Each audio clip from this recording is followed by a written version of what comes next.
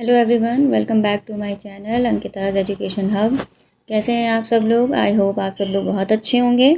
आज का ये जो वीडियो होने वाला है उसमें जो टॉपिक हम लोग कवर करने वाले हैं वो है diversity in the living world. अब इस टॉपिक में हम लोग क्या जानने वाले हैं, इस टॉपिक का मतलब क्या है कि डाइवर्सिटी का मतलब होता है कितनी सारी वैरायटीज़। तो हमें इसमें ये देखना है इस चैप्टर से हमें ये पता चलेगा कि जो भी हमारा लिविंग वर्ल्ड है, इस लिविंग वर्ल्ड में जितने भी लोग हैं उसके कितने सारे लाइफ फॉर्म्स और कितनी वैरायटी हमें देखने को मिलती हैं और उनका हम आइडेंटिफिकेशन कैसे करते हैं, उनको हम कैसे पहचानते हैं। ठीक है, यही सारी चीज़ें हम लोग इस चैप्टर में, इस टॉपिक में डिस्कस करने वाले हैं। तो चलिए स्टार्ट करते हैं। When we consider when we consider vast areas like forest, desert, plateau, etc., we find that number and kinds of living organism increase many folds. जब भी अगर हम बहुत ही बड़े एरिया की बात करें, जैसे कि आप ये समझ लीजिए कि जैसे आपके घर में ही बहुत सारे आप जैसे जिस घर में रहते हो वहाँ पे बहुत सारे लोग रहते होंगे, जैसे आपके मदर हैं, फादर हैं, आपका ब्रदर है, सिस्टर है, चाचा चाची हैं। तो इनका क्या होता है कि आपको पता है कि इन सभी लोग का जो है डिफरेंट डिफरेंट नेचर होता है। कोई बहुत ज़्यादा गुस्से वाला होगा, कोई बहुत प्यार से बोलता होगा, तो कोई बहुत लाउड होगा। तो सबका अलग अलग नेचर है। तो उसी तरह से ही जितने भी लिविंग वर्ड हैं, प्लांट्स हैं, एनिमल्स हैं, उनके भी जो हैं सब जो है डिफरेंट डिफरेंट लाइफ फॉर्म्स हैं। और अगर हम वास्ट एरिया में जाते हैं या फिर अपने ही एरिया में देखते हैं, चाहे फॉरेस्ट हो, डेजर्ट हो, प्लेटो हो, या अपने आसपास की सिटी हो, स्टेट हो, कंट्री हो, या जिस भी पर्टिकुलर एरिया में हम रहते हैं, तो वहाँ हम क्या देखेंगे कि बहुत सारे जो भी लिविंग ऑर्गेनिज़म हैं, जैसे जैसे भी आगे बढ़ेंगे, आसपास देखेंगे, जितने भी लिविंग ऑर्गेनिज़म हैं वो बहुत सारे वैरायटी में हमें देखने को मिलते हैं। जैसे अगर आप देखते होंगे, सुबह घर से बाहर निकलते होंगे, अगर स्कूल जाते होंगे, कॉलेज जाते होंगे या जॉब पे जाते होंगे, तो आप देखते होंगे कि आपके रास्ते में बहुत सारे ऐसे प्लांट्स दिखते हैं जिनको में भी आप पहचान भी ना सको, और बहुत सारे ऐसे एनिमल्स भी दिखते होंगे जिनको आप काउंट भी नहीं कर सकते और मे भी आप उसको पहचान ना सकते हो। तो यही चीज़ होती है biodiversity. These different kinds of plants, animals and other organisms are referred to as biodiversity। जैसे कि मैंने आपको पहले पॉइंट में बताया कि यही जो डिफरेंट काइंड्स ऑफ प्लांट्स और एनिमल्स आप आसपास के एरिया में देखते हो या बड़े एरिया में जाके जैसे फॉरेस्ट, डेजर्ट, प्लेटो वगैरह में, या किसी पर्टिकुलर सिटी, स्टेट या कंट्री में आप देखते हो, इनकी जो डिफरेंट काइंड्स, इनका जो डिफरेंट वैरायटी होता है, वेदर इट इज़ प्लांट और एनिमल या कोई भी अदर ऑर्गेनिज्म, उसी को हम क्या कहते हैं? बायोडाइवर्सिटी कहते हैं। ठीक है, जैसे कि आपको पता है, जैसे कि ये आपको पिक दिखाई दे रही है, तो क्या होता है कि जैसे कि बायोडाइवर्सिटी है कि हमें बहुत सारे लिविंग ऑर्गेनिज्म हैं, इनके बारे में जो है, अगर आप सपोज़ करो जैसे कि आपने एक एनिमल देखा, रैबिट देखा, और फिर आपने रैबिट को देखा, आपको बहुत इंटरेस्टिंग लगा, आपने रैबिट के बारे में सारी चीज़ें पढ़ ली। फिर आप आगे गए, फिर आपने पैरट देखा, फिर आपने पैरट के बारे में पढ़ लिया सारा चीज़। तो आप देखोगे कि बहुत सारे ऐसे लिविंग ऑर्गेनिजम्स आपको दिखते जाएंगे, चाहे प्लांट हो या एनिमल हो, उसमें वैरायटी ऑफ है, मतलब आप उनको गिन भी नहीं सकते, मतलब अनकाउंटेबल स्पीशीज़ हैं उनके। और तो उनके बारे में पढ़ना आपके लिए, सबके लिए पॉसिबल नहीं होता है। तो इसके लिए बहुत सारी जो है प्रिंसिपल्स या प्रोसीजर्स निकाले गए हैं कि इनको ईजी वे में हम इन्हें पढ़ सकते हैं। तो ऐसा क्या होता है कि हमारा जो लिविंग वर्ड है, इसमें क्या किया गया है कि जितने भी ऑर्गेनिज्म इस लिविंग वर्ल्ड में रह रहे हैं, उनको टोटल लिविंग ऑर्गेनिजम्स को हमने यहाँ पे 5 ग्रुप में डिवाइड करके रखा हुआ है। ठीक है, तो जितने भी लिविंग ऑर्गेनिजम्स हैं उनको हमने क्या किया है? 5 ग्रुप में बांट दिया है। इन्हीं 5 ग्रुप को हम क्या कहते हैं? इन 5 ग्रुप को हम कहते हैं किंगडम। अब इन किंगडम में क्या क्या चीज़ें? सबसे पहले आता है हमारा किंगडम मोनेरा। मोनेरा में हम लोग ने क्या किया है, यानी कि साइंटिस्ट ने क्या किया है, जितने भी बैक्टीरिया होते हैं, अब वो चाहे जितने भी टाइप के बैक्टीरिया होंगे, डिफरेंट काइंड्स के होंगे, डिफरेंट शेप्स के होंगे, सारे के सारे बैक्टीरिया को हमने मोनेरा कैटेगरी में, यानी मोनेरा किंगडम में डाल दिया। तो इससे क्या हुआ कि अगर हमें बैक्टीरिया के बारे में पढ़ना है और अगर हमने एक बैक्टीरिया पढ़ लिया तो ऑब्वियस सी बात है, उसको पढ़ने के थ्रू हमने सारे बैक्टीरिया के बारे में जान लिया। अब हमें अलग अलग बैक्टीरिया को पढ़ना नहीं पड़ेगा। अगर हम एक स्पीशीज़ को पढ़ लेंगे तो हम वहाँ के पूरे ऑर्गेनिज्म के बारे में अच्छे से जानकारी मिल सकती है। सेकेंड जो किंगडम हमारा आया, प्रोटिस्टा। अब प्रोटिस्टा में हमने किसको रखा? अब ऐसा होता है कि जो हमारा लिविंग वर्ड है उसमें कुछ ऐसे ऑर्गेनिज्म पाए जाते हैं कि उनको ना हम प्लांट किंगडम में रख सकते हैं ना एनिमल कह सकते हैं। वो एक तरह से कनेक्टिंग लिंक का काम करते हैं, यानी कि वो प्लांट में उनकी जो कैरेक्टरिस्टिक्स आपको मिलेंगी उन ऑर्गेनिज्म में, वो प्लांट की भी होगी और एनिमल की भी होगी। इसीलिए डिफ्रेंशिएट करना उनको पॉसिबल नहीं था। तो अब क्या कर सकते हैं, क्या हम उनको अपने लिविंग वर्ड में काउंट नहीं करेंगे? क्यों नहीं करेंगे? करेंगे, बिल्कुल करेंगे। क्यों? क्योंकि वो हमारे लिविंग वर्ड का ही पार्ट है, वो हमारे बायोडाइवर्सिटी का ही पार्ट है। तो हम क्या करते हैं, ऐसे ऑर्गेनिज्म जो कि कनेक्टिंग लिंक होते हैं, जो प्लांट भी होते हैं और एनिमल भी होते हैं, उनको हम प्रोटिस्टा ग्रुप किंगडम में रख दिया। नेक्स्ट हमारा जो किंगडम आया प्लांटी। जितने भी वैरायटी, जितने भी डिफरेंट टाइप्स के जो प्लांट होते हैं, चाहे एल्गी हो, चाहे आपका मैंगो का प्लांट हो, चाहे आपका मनी प्लांट हो, सारे के सारे प्लांट हमने प्लांटी किंगडम में रख दिया। उसके बाद हमारा आता है फंजाई। फंजाई में हमने क्या रखा है, आपको पता होगा कि कुछ ऐसे ऑर्गेनिजम्स होते हैं जो कैसे पलते हैं, जो डेड और डिकेइंग जो सड़ा गला का सामान होता है उसको खा के वो ज़िंदा रहते हैं। फंजाई का एक बेस्ट एग्जांपल है हमारा मशरूम। मशरूम जो है एक तरह का फंगस ही होता है जो आप खाते रहते हो। ये भी जो रखा जाता है वो किस किंगडम में रखते हैं हम लोग, उसे हम फंजाई में रहते हैं। जैसे आपका डैंड्रफ होता है, डैंड्रफ भी एक तरह का फंगस ही है, वो भी आप फंजाई किंगडम में ही रखोगे। जब आपको रिंग वॉर्म हो जाता है, दाँत खुजली वगैरह होता है, आपको पता है, तो ये सारा जो भी है ये हम लोग फंजाई किंगडम में रखते हैं। जो फिफ्थ हमारा किंगडम आता है वो एनिमेलिया, यानी कि हम लोग। तो सबसे ऊपर हमारा किंगडम आता है क्योंकि हम लोग बेस्ट हैं। जितना ज़्यादा डेवलपमेंट हमारे में है उतना ज़्यादा उस लेवल पे, उस स्केल पे डेवलपमेंट और जगह पे नहीं हुआ है। तो जितने भी एनिमल्स के कैरेक्टरिस्टिक्स वाले ऑर्गेनिजम्स हैं वो सारे के सारे किस में रखे जाते हैं, एनिमेलिया में रखे जाते हैं। आगे आते हैं बायोडाइवर्सिटी। हम जानते हैं बायोडाइवर्सिटी क्या है। It is it is the number and various kind of organisms found on earth. ये क्या होता है बायोडाइवर्सिटी? जितने भी लिविंग ऑर्गेनिज्म, जितने भी टाइप के ऑर्गेनिजम्स आपको इस पृथ्वी पे, इस अर्थ पे मिलते हैं, उनका जो नंबर होता है उसे हम क्या कहते हैं, बायोडाइवर्सिटी कहते हैं। It stands for the variability found among living organism inhabiting this world. इस हमारी दुनिया में जितने भी डिफरेंट टाइप्स के लिविंग ऑर्गेनिजम्स रह रहे हैं और उनमें कितने भी टाइप के डिफरेंट वैरायटी देखने को मिलती है, वो सारा का सारा और टोटल नंबर ऑफ ऑर्गेनिज्म जो हमारे अर्थ पे रह रहे हैं और उन्हीं ऑर्गेनिज्म में कितनी सारी वैरायटी हमको देखने को मिलेगी, यही हमारा क्या कहलाता है, बायोडाइवर्सिटी कहलाता है। Diversity differs place to place, each habitat has its distinct biota that is life. अब ये जो डाइवर्सिटी होती है, यानी कि चेंज होता है या बदलाव होता है या वैरायटी होती है, ये हमें अलग अलग जगह पे अलग अलग देखने को मिलेगी।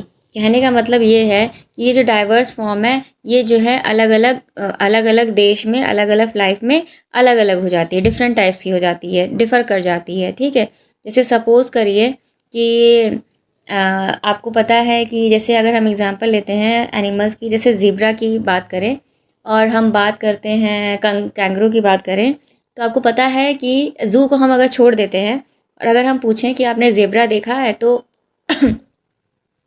तो आपको लगेगा कि आपने अपने सिटी में ज़ेब्रा नहीं देखा है। कैंगरू की बात करें तो कैंगरू आपने नहीं देखा है, ज़ू की बात छोड़ दें। क्यों? क्योंकि आपको पता है कि ये जो ऑर्गेनिज़्म है ये अपने फेवरेबल कंडीशन में, फेवरेबल एरिया में, उसी एरिया में रहते हैं जहाँ का एनवायरनमेंट, जहाँ के क्लाइमेट पे वो सपोर्ट उनको मिलता है रहने के लिए। वो वहाँ पे सर्वाइव कर पाते हैं, वहाँ पे अडैप्ट कर लेते हैं अपने आप को और वहाँ के क्लाइमेट से लड़ के अपने आप को वहाँ पे सेटल कर लेते हैं। तो आपको पता है जितने भी ज़ेब्रा होते हैं वो आपको अफ्रीका में ही मिलेंगे और जितने भी कैंगरू होते हैं वो आपको ऑस्ट्रेलिया में ही मिलेंगे। ये तो ज़्यादातर लोगों को पता ही होगा। तो आपको पता है कि ये सारे जो ऑर्गेनिजम्स का प्लेस जो लाइफ है, जो लाइफ फॉर्म है, वो आपको डिफरेंट जगह पे डिफरेंट डिफरेंट टाइप का देखने को मिलता है। So every time we explore some new or even old areas, new organisms are found or discovered due to tolerance of the environment. यहाँ ये कहा जा रहा है कि जैसे जैसे टाइम की बात हम करें, जैसे जैसे हम आगे बढ़ते जाते हैं, अपना टाइम बिताते जाते हैं, तो आप रास्ते में देखते जाओगे कि अगर हम ओल्ड एरियाज़ में भी जाएं या सिटी में भी जाएं या कंट्री में भी जाएं, तो जैसे जैसे आप दुनिया में आगे बढ़ोगे आपको दिखाई देगा कि बहुत सारे ऑर्गेनिजम्स आपको और देखने को मिलेगा। ठीक है, जो मान लीजिए कि कुछ ऑर्गेनिज़म ऐसे मिलेंगे जिन्हें आपने नहीं देखा होगा, और वो ऑर्गेनिज़म्स को आप ढूंढते जाएंगे और वो आपको मिलते जाएंगे और आप उनका नाम रखते जाओगे। वो उस तरह के इन्वायरमेंट में क्यों सेटल हो पाते हैं? क्योंकि वही ऑर्गेनिज़म जो हैं उनके पास एक कैपेबिलिटी होती है कि वो उस पर्टिकुलर इन्वायरमेंट में अडेप्ट हो सके, वहाँ के जो क्लाइमेट है उससे फ़ाइट करके वहाँ पे वो अपना घर बना के वो वहाँ पे रह सकते हैं। ठीक है? तो जैसे जैसे आप एक्सप्लोर करते जाओगे, जैसे जैसे एरिया में आगे आप घूमते जाओगे, आपको डिफरेंट टाइप्स के ऑर्गेनिज्म आपको मिलते जाएंगे। क्यों? क्योंकि वो उस पर्टिकुलर जगह पे अब टॉलरेट, मतलब उनकी जो टॉलरेंस की प्रॉपर्टी होती है वो काफ़ी होती है, वो उस तरह के क्लाइमेट को टॉलरेट कर ले जाते हैं और वो वहाँ पे सर्वाइव करते हैं। बायोडाइवर्सिटी। अब बायोडाइवर्सिटी क्या होता है? अगर हम इस वर्ड को तोड़ेंगे तो बायो का मतलब होता है लाइफ और डाइवर्सिटी का मतलब होता है फॉर्म। जैसे कि मैंने चैप्टर स्टार्ट होने से पहले ही आपको बताया था कि बायोडाइवर्सिटी का मतलब क्या होता है कि इस लिविंग वर्ल्ड में जितने भी लाइफ फॉर्म्स की वैरायटी आपको देखने को मिलती है, उसके बारे में जो हम लोग जानते हैं, उसके बारे में जो हम लोग पढ़ते हैं, वो हम कहाँ पढ़ते हैं, उसी को हम क्या कहते हैं? उसी को हम क्या कहते हैं? बायोडाइवर्सिटी कहते हैं। और बायोलॉजिकल डाइवर्सिटी, और उसी को हम बायोडाइवर्सिटी को ही हम बायोलॉजिकल डाइवर्सिटी भी कह सकते हैं। It can be defined as the vast array of species of organisms of microorganisms, algae, fungi, plants, animals occurring on the earth, either in the terrestrial or aquatic habitats, and the ecological complexes of which they are a part. या हम biodiversity को इस तरह से भी define कर सकते हैं कि बायोडाइवर्सिटी एक बहुत बड़ा एरे है, एक बहुत बड़ा एरिया है जिसमें हम क्या पढ़ते हैं, इसमें हम डिफरेंट जो माइक्रो ऑर्गेनिजम्स हैं या एल्गी है, फंजाई है, प्लांट्स है, एनिमल्स है, जो भी है जो इस अर्थ पे रहते हैं उनकी डिफरेंट स्पीशीज़ के बारे में पढ़ते हैं, या फिर ईदर इन द टेरेस्ट्रियल और aquatic habitats and the ecological complexes of which they are a part. अगर वो जितने भी ऑर्गेनिजम्स हैं, जैसे कि जो हम micro organism, algae, fungi, plant, animal जो भी अर्थ पे है, चाहे वो टेरेस्ट्रियल, मतलब अब आपको पता है कि अर्थ पे भी हमारे दो फॉर्म होते हैं हैबिटेट के, या तो वो ऑर्गेनिज्म या एनिमल या प्लांट टेरेस्ट्रियल होंगे यानी कि लैंड पे रहते होंगे, या फिर एक्वेटिक यानी कि पानी में रहते होंगे। तो चाहे वो टेरेस्ट्रियल में हो, चाहे वो टेरेस्ट्रियल एनिमल हो, चाहे वो एक्वेटिक एनिमल हो, अगर वो पृथ्वी पे है, वो हमारे अर्थ पे सर्वाइव कर रहे हैं, that means they are a part of our biodiversity. हम उनको बायोडाइवर्सिटी के अंदर रखेंगे और उसके बारे में स्टडी करेंगे। आगे बढ़ते हैं। अकॉर्डिंग टू IUCN, अब IUCN क्या है? International union of conservation of nature and natural resources. IUCN की फुल फॉर्म है international union of conservation of nature and natural resources. Currently known as described species of all organisms are between 1.7 1.8 million। अभी ये जो organisation है, ये जो union है IUCN, अभी इन्होंने करंटली ये बताया है कि हमारी जो वर्ल्ड है उसमें अराउंड 1.7 टू लेके 1.8 मिलियन स्पीशीज़ पाई जाती हैं, वेदर इट इज़ एनिमल और वेदर इट इज़ प्लांट और वेदर इज़ इट माइक्रोब्स। तो जितने भी ऑर्गेनिजम्स हैं उनका टोटल वैल्यू 1.7 टू 1.8 मिलियन हमारी अर्थ पे अभी इस समय सर्वाइव कर रहा है। अभी IUCN क्या होता है? ये IUCN एक ऐसा यूनियन है जो ये देखता है कि कोई स्पीशीज़ इंडेंजर्ड तो नहीं हो रही है। अगर कोई स्पीशीज़ इंडेंजर्ड हो रही होती है तो उनको ला के उनको प्रॉपर इन्वायरमेंट देना, उनकी देखभाल करना, उनकी प्रोजनी को बढ़ाना, इनका काम किसका होता है? IUCN का होता है। और अगर कोई इंडेंजर्ड एनिमल मर गया है तो वो फिर वो एक्सटिंक्ट हो गया है। ठीक है? तो इस तरह से ये IUCN का काम होता है। जितने भी इंडेंजर्ड एनिमल हो रहे होते हैं, जो कम पाए जाते हैं या जिनके चांसेस होते हैं कि वो इस वर्ल्ड से एक्सटिंक्ट हो जाएंगे, तो उनको ला के उनको प्रॉपर इन्वायरमेंट दे के उनकी देखभाल करना, उनकी प्रोजनी को बढ़ाना, ये किसका काम होता है? IUCN यूनियन का काम होता है। As we recognize the plants or animals in our own area by their local names, which vary from place to place, even within a city, state, or country, as the person inhabiting in different regions have different languages and perspective। जैसे कि हम India की अगर बात करते हैं तो आपको पता है कि इंडिया में बहुत सारे स्टेट हैं और हर स्टेट में अलग टाइप का सबका लाइफ स्टाइल होता है, सबका फूड अलग होगा, सबका रिलीजन अलग होगा, सबके जो है क्या कहते हैं, सबका पहनावा अलग होगा। तो जैसे जैसे आप देखोगे तो अलग अलग स्टेट में आपको डिफरेंट डिफरेंट वैरायटीज़ फूड की या रहने की या लाइफ स्टाइल की या कपड़े पहनने की आपको मिलेंगी।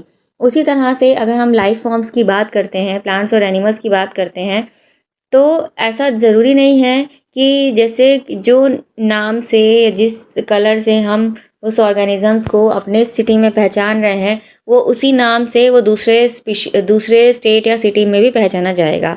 फॉर एग्ज़ाम्पल, जैसे कि अगर हम बैंगन को ले लें, जैसे सोलेनम मेलोंजेना, तो आपको पता है कि इसके बहुत सारे नाम हैं, जैसे कि हम इसको बैंगन बोलते हैं, ब्रिंजल बोलते हैं, और क्या कहते हैं, एग प्लांट बोलते हैं, भाटा बोलते हैं। तो ये आप जानते हो कि इसके बहुत सारे नाम हैं। या फिर अगर हम प्याज को ले लें, तो आपको पता है कि जैसे कि अगर मैं अपनी सिटी की बात करूं, जैसे लखनऊ की बात करूं, तो लखनऊ में प्याज को प्याज बोला जाता है, बट मुंबई में कांदा बोला जाता है। तो इस तरह की जो डिफरेंट वेरिएबिलिटी है वो आपको ऑर्गेनिजम्स में, प्लांट्स में, एनिमल्स में देखने को मिलेगी, जो कि डिफ़र करती है region to region, city to city. ठीक है। जैसे ही हम एक्सप्लोर करेंगे तो वो ऑर्गेनिजम्स में ये भी हमको एक चीज़ मिलेगी कि वो डिफरेंट रीजन में डिफरेंट नाम से या अपने लोकल नेम से जाने जाएंगे। सबका जो है सिटी, स्टेट और कंट्री के अकॉर्डिंग सबका जो आइडेंटिफिकेशन है वो डिफरेंट होगा। Hence, there is need to standardize the names of all living organisms after proper identification in order to study such diverse life forms. तो अब क्या हो गया कि अब जैसे कि मान लीजिए कि अगर आप ऐसे एक्सप्लोर करते रहेंगे, हर जगह जाएंगे, और अगर आप उसको मतलब अगर आपको परचेज़ करना होगा ब्रिंजल को, तो आप अगर मान लीजिए कि हमारी सिटी में जैसे कि कहीं जाते हैं, जैसे प्याज बोला जाता है, प्याज हमारे यहाँ बोला जाता है, मुंबई में कांदा बोला जाता है। अब हमारे यहाँ कोई आए और वो बोले हमको 1 किलो कांदा दे दो, तो अब उसको यहाँ पे तो लोग को पता नहीं होगा कि कांदा किसको कहते हैं। तो अब इस प्रॉब्लम से बाहर कैसे आया जाए, तो इसके लिए कुछ साइंटिस्ट ने एक सोल्यूशन निकाला कि हम क्या करेंगे कि इन तरह के लिविंग ऑर्गेनिजम्स को स्टैंडर्डाइज कर देंगे। यानी कि एक ऐसा नाम, एक ऐसा मतलब आइडेंटिफिकेशन या एक ऐसा नाम दे दिया जाए कि जो हर स्टेट, मतलब पूरे ऑल ओवर द वर्ल्ड उसी नाम से जाना जाए, या ऑल ओवर द कंट्री वो उसी नाम से जाना जाए, कि हम अगर उसका नाम लें तो चाहे जिस भी सिटी में जाएँ, स्टेट में जाएँ या कंट्री में जाएँ, तो हम उस चीज़ को प्रॉपरली अगर हम उसकी बात करें तो सबको ईज़िली उस चीज़ को रिकॉग्नाइज़ कर ले, उसका आइडेंटिफिकेशन ईज़ी हो जाए, तो हम उसको स्टैंडर्डाइज़ कर देते हैं। स्टैंडर्डाइज़ करने का मतलब होता है कि एक पर्टिकुलर नेम जो कि ऑल ओवर द वर्ल्ड उसी से जाना जाएगा। Therefore, for better understanding of biodiversity, scientists have established a definite system of principles, procedure, and terms which identifies, categories, and assigns a specific name to each and every organisms known to us. इसीलिए किसी भी biodiversity को अच्छे से समझने के लिए, यानी कि कोई भी लाइफ फॉर्म है उसकी जो डाइवर्सिटी है या वैरायटी है, उसको हम एक नाम से पहचान सकें, एक नाम से जान सकें, उसको अच्छे तरीके से पहचान सकें, उसके लिए साइंटिस्ट ने एक सल्यूशन निकाला। उन्होंने एक सिस्टम बनाया। उस सिस्टम में क्या है, उस सिस्टम में कुछ प्रिंसिपल्स उन्होंने रखे, प्रोसीजर्स रखे, और कुछ अच्छे से टर्म्स यूज़ किए, और आइडेंटिफाइज कैटेगरीज। तो ये जो प्रिंसिपल, प्रोसीजर और टर्म्स रखे, इससे क्या हो गया कि किसी भी लिविंग ऑर्गेनिज्म को कैटेगरी मिल गई।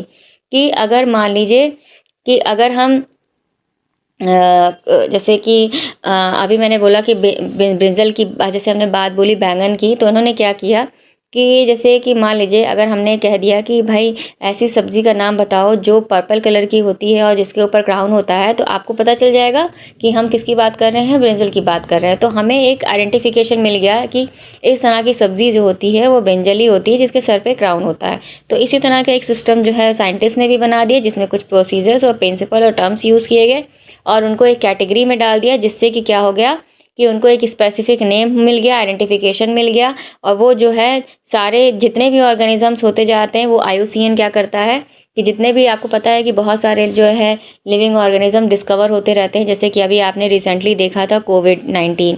कोविड तो पहले भी था, बट 19 उनका इस बार का नाम है। तो जैसे अभी रिसेंटली ये ऑर्गेनिज्म डिस्कवर किया गया है, तो IUCN का यही काम होता है कि जितने भी लिविंग ऑर्गेनिजम्स आपके जो है दिन पर दिन नए नए ऑर्गेनिज्म मिलते रहते हैं, उनको ढूंढ के लाना, उनको एक प्रॉपर नेम देना जो कि एक्सेप्टेबल हो ऑल ओवर द वर्ल्ड। वो काम कौन करता है, IUCN करता है। तो उस चीज़ को करने के लिए वो एक सिस्टम बनाते हैं, जिसमें कुछ प्रिंसिपल, प्रोसीजर और टर्म्स डालते हैं, ताकि और कैटेगरी, ताकि उस कैटेगरी से हम उस ऑर्गेनिज्म को आइडेंटिफाई कर सकें, और उस कैटेगरी में रखने के बाद उसको एक प्रॉपर नाम दिया जाता है, जितने भी लिविंग ऑर्गेनिज्म वो ढूंढ के लाते हैं, और उसके बाद वही नाम जो होता है वो ऑल ओवर द वर्ल्ड और इंटरनेशनली एक्सेप्टेबल होता है। वही एक नाम सारे जगह पे जाना जाता है। जैसे कि बैंगन की ही बात करें तो बैंगन का जो साइंटिफिक नेम उन्होंने रखा था, बायोलॉजिस्ट ने नाम रखा था, वो रखा था सोलेनम मेलनजेना। अगर किसी भी साइंटिस्ट से आप ये बात करेंगे, जैसे जो लोग पढ़े लिखे होंगे वो लोग तो जान जाएंगे, बट जो नहीं पढ़े हैं उनका हम कुछ नहीं कर सकते। बट अगर आप सोलेनम मेलनजेना नाम बोलोगे तो आपको सबके थ्रू आपको सबको आसानी से पता चल जाएगा कि अगर आप सोलेनम मेलनजेना बोल रहे हो दैट मीन्स कि आप बैगन की बात कर रहे हो, या फिर अगर आप मस्का डोमेस्टिका बोल रहे हो दैट मीन्स कि आप एक मक्खी की बात कर रहे हो। तो ये एक कैटेगरी में डाल दिया करो और एक नाम इन्होंने असाइन कर दिया जो कि सारे, जिससे कि हम किसी एक पर्टिकुलर ऑर्गेनिज्म को ऑल ओवर द वर्ल्ड उसी एक नाम से जान सकते हैं, आइडेंटिफाई कर सकते हैं। Such systems are acceptable to all biologists to all over the world। जो यही जो सिस्टम बनाया गया, यही जो सिस्टम के थ्रू किसी भी ऑर्गेनिज्म को ढूंढना, फिर उसको एक नाम असाइन करना, एक कैटेगरी में डालना, एक स्पेशल टर्म देना, ये सारा बायोलॉजिस्ट ने किया। और यही सारी चीज़ें जो हैं, ये जो प्रोसीजर था, ये जो नामकरण था, ये ऑल ओवर के जितने भी बायोलॉजिस्ट हैं वो इस चीज़ को एक्सेप्ट करते हैं, इस सिस्टम को एक्सेप्ट करते हैं कि अगर कोई ऑर्गेनिज्म है उसका ये नाम रखा गया है तो उस नाम से वो सारे बायोलॉजिस्ट के द्वारा या पूरे ऑल ओवर द वर्ल्ड वो जाना जाएगा और आइडेंटिफाई किया जाएगा। नेक्स्ट है हमारा नॉमेनक्लेचर। नॉमेनक्लेचर का मतलब होता है कि नामकरण, यानी कि किसी भी ऑर्गेनिजम्स को जो भी नए ऑर्गेनिज्म मिल रहे हैं उनका नामकरण करना ही नॉमेनक्लेचर कहलाता है। The scientists need for simple, stable and internationally accepted system for naming the living organism of the world has generated a process called nomenclature। जैसा कि मैंने अभी बताया कि जैसे जैसे लिविंग ऑर्गेनिज्म आपको मिलते जाते हैं तो ये ज़रूरी हो जाता है कि हम उसको एक नाम दें, क्योंकि अगर नाम नहीं होगा तो आप इस पर्टिकुलर स्पीशीज़ को आइडेंटिफाई नहीं कर सकोगे। तो साइंटिस्ट क्या करते हैं, जितने भी लिविंग ऑर्गेनिज्म इस दुनिया में मिलते हैं उनका सबका एक नाम रखा जाता है जो कि इंटरनेशनली या all over the world acceptable होता है, जिसी को हम क्या कहते हैं, उसी प्रोसेस को, उसी चीज़ को हम क्या कहते हैं, नॉमेनक्लेचर कहते हैं। नेक्स्ट आता है आइडेंटिफिकेशन। आइडेंटिफिकेशन में क्या होता है कि किसी चीज़ को आइडेंटिफाई करना, पहचानना, ठीक है ना, कि किसी की एक स्पेशल प्रॉपर्टी होती है जो उस प्रॉपर्टी पे हम उसको आइडेंटिफाई कर सकते हैं कि हाँ, अगर हम इस चीज़ की बात करें दैट मीन्स कि हम, जैसे अभी मैंने एग्जांपल आपको ब्रिंजल का दिया था कि अगर एक पर्पल का, अगर हम बोलता है कि एक पर्पल कलर की वेजिटेबल है जिसके सर पे क्राउन होता है तो फटाक से आइडेंटिफाई कर लोगे कि ये एक ब्रिंजल की बात हो रही है। तो उसी तरह से assigning a specific name to an organism one should determine और know its kind of feature correctly. अगर हम किसी ऑर्गेनिज्म का एक स्पेसिफिक नेम रख देते हैं तो ये सबके लिए बहुत ईजी हो जाएगा कि हम उस ऑर्गेनिज्म को ईजिली आइडेंटिफाई कर सके, डिटरमाइन कर सके, और वो नाम हर जगह एक्सेप्टेबल हो इंटरनेशनली या all over the world, so that one can identify it in each and every part of the world. जैसे कि मैंने बताया कि इस नाम को, एक स्पेसिफिक नाम देने के बाद किसी भी ऑर्गेनिज्म को वो ईजिली आइडेंटिफाई किया जा सकता है एक ही नाम से ऑल ओवर द वर्ल्ड। तो ये जो वैरायटी आपको देखने को मिलती है वो वैरायटी भी रहेगी, उनकी बायोडाइवर्सिटी भी रहेगी, और हम उस नाम को ईजिली, उस नाम से हमें पहचान भी जाएंगे कि अगर इस नाम की बात हो रही है, इस चीज़ की बात हो रही है, तो दैट मीन्स अगर हम इस तरह की बात कर रहे हैं, ड्रैगन की बात कर रहे हैं, भाटा की बात कर रहे हैं, या फिर एग प्लांट की बात करें, ब्रिंजल की बात करें, दैट मीन्स हम बैगन की बात कर रहे हैं। तो ये एक, इसी को हम क्या कहते हैं, आइडेंटिफिकेशन कहते हैं। तो this was all about today's topic that is biodiversity in the living world. I hope आपको अच्छे से समझ में आया होगा। अगर वीडियो आपको समझ में आई है, पसंद आई है, तो प्लीज़ मेरे वीडियो को लाइक कीजिएगा, शेयर कीजिएगा और चैनल को सब्सक्राइब कर